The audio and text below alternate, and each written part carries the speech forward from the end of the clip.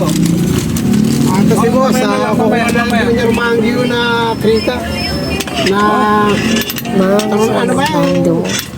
Patrol. Patrol. Kaya ba Kali ka pa sa boss ng taga-sanga mo yan? Pangasinan. Ayaw. Ala.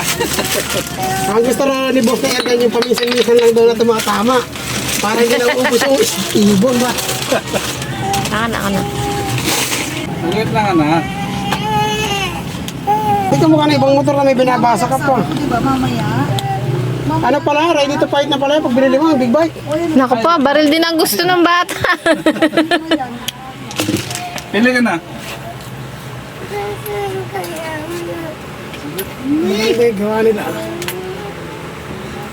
Saan gawa yan, sir? Junior mangga ito, Pampanga. Pampanga. Isa lang naman ang maker niya.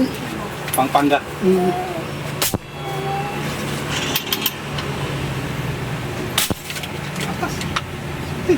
Boss, checkin mo lahat to. Yung may bale, may baloktot, may...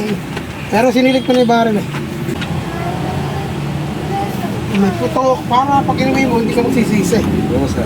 Isa seller, tataasa ka ng presyo. Pag tumawad ka, bibigyan ka ng discount ng 1.5. Pero di mo alam, yun din yun. Nakafix din yun.